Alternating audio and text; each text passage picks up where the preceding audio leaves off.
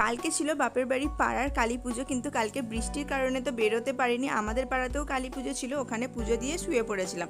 আজকে চলে এসেছি বাপের বাড়িতে সন্ধ্যেবেলা। মাঠে মেলার মধ্যে আমরা সবাই মিলে ঘুরতে বেরিয়েছি, বোন, ভাই, বোনের হাজব্যান্ড, তারপরে আমার মেয়ে, আমার হাজব্যান্ড, সবাই মিলে ঘুরতে বেরিয়েছি।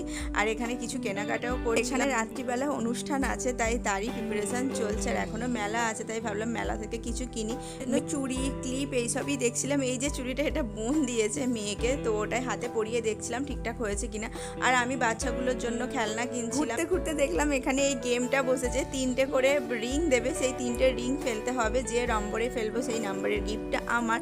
তো আমি ট্রাই একটা পার্লেজি বিস্কুট জিতেছি। যাই হোক, তারপর ভাই খেলছিল, বোনও খেলছিল, কারোরই কিছু হয়নি। একটা বৌদি খেলেছিল, তার একটা বিস্কুট হয়েছিল। তারপরে চলে এসেছিলাম এই ডিম জেতার খেলাটা। আমি আবার কোনো কিছুই জিতিনি, কিন্তু ভাই দুটো ডিম জিতে। ভিডিওটা দেখলে তারা প্লিজ ভিডিওটা ভালো লাগলে লাইক করে চলে আসবেন।